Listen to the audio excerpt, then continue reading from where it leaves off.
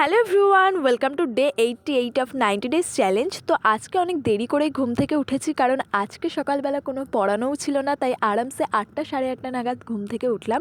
ঘুম থেকে উঠে আমি চলে এসেছি ছাদে। আর আমি ছাদে আসবো, আমার পেছন পেছন কুমকুম আসবে না, সেটা কি হয় কখনো? কিন্তু একটু পরেই বুঝতে পারলাম ছাদে আসার ওর মেন মোটিভ কি। ওর এখন পেয়েছে খিদে, তাই আমি নিজে থেকে ওর জন্য দুধ গরম করে নিয়ে এসে ওকে খেতে দিয়ে আমি আমার রোজকারের বাড়ির কাজে লেগে পড়লাম। প্রথমেই সমস্ত গাছগুলোতে জল দিয়ে নিলাম, তারপর কেচে রাখা জামা কাপড়গুলো ভালো করে গুছিয়ে শোকেজে তুলে রেখে সমস্ত ঘরবাড়ি ভালো করে ঝাড় দিয়ে নিজেও স্নান করে নিলাম। ইদানিং তো আমার দুপুরে ঘুমানোর অভ্যাসটা আবার এসে জুটেছে, আর আজকে দুপুরে আমি এমন ঘুমিয়েছি, এই ঘুম ভেঙেছে আমার সন্ধ্যা 7টায়।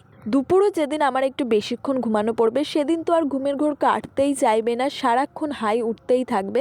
তাই এই ঘোর কাটানোর জন্য আমি এক মগ চা বানিয়ে নিয়েছি। এই মহারানীর অবস্থা দেখো, যতবারই ওনাকে আমি বাস্কেটে ঘুম পাড়ানোর চেষ্টা করি না কেন, অবশেষে উনি আমার বিছানায় এসেই ঘুমাবে। তো যাই হোক, কুমকুমকে ঘুম পাড়িয়ে রেখে আমি চলে এসেছি বিগ বস দেখতে। So yeah, that's it for today.